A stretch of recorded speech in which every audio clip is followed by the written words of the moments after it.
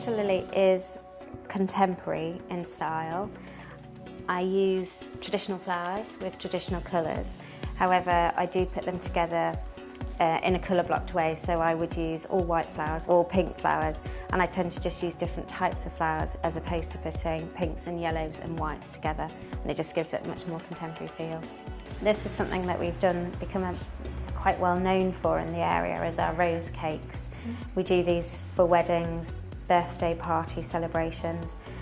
Basically it's a rose cake and we put them onto cake stands and we've served them before with cups, vintage cups and saucers with roses in, which is quite a sweet look. I'm preparing what could be either a bride or a bridesmaid bouquet, but obviously for a wedding, table decorations, table centerpieces and freestanding arrangements are required for most weddings.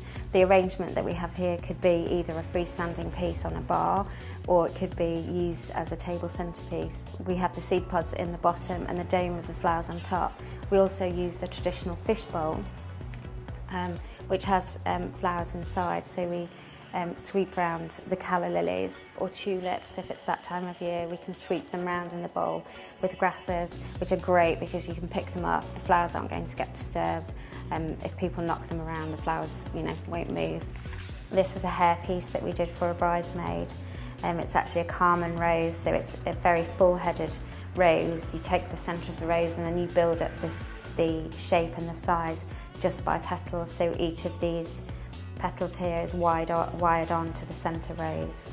If we design flowers for a wedding, it obviously is seasonal because it depends what we can use for the wedding, depending on when it is. So if it was an autumnal wedding, then obviously I would suggest using the gourds and the seed pods, and you can steer a bride down that way. You can show her the kind of things that you do. But if a bride wants to be a little bit more traditional, then obviously you can't force them down that route. Brides often come to you with a set budget, and we always try our best to work to their budget, to give them what they want. It's a waste of time for both of us if they come in and say, oh, we want this, this and this, and then they turn around and say, actually, this is the amount I've got and there's no way we could produce their dream flowers for the amount of money they've got. So I always tend to ask them, establish a budget from word go, so I'm not leading them astray by showing them things that they could never afford. This is something that we developed for younger bridesmaids. You can't see the extent of the picture, but it's a wand that we use for bridesmaids. We often find bridesmaids, when it comes to the day, don't want to carry their flowers. So this was something that we developed because they really do want to carry it. It's a wand, it's beaded. Whichever way they hold it looks great in pictures, so it was just a big success all around. It's great to use fruit, vegetables, seed pods, especially at this time of year. The pumpkins, the gourds, they're great to use. As you can see here, we put the seed pods in the base of the vase, and it just gives, again, a contemporary look. Different texture works really well with the soft lines of the roses.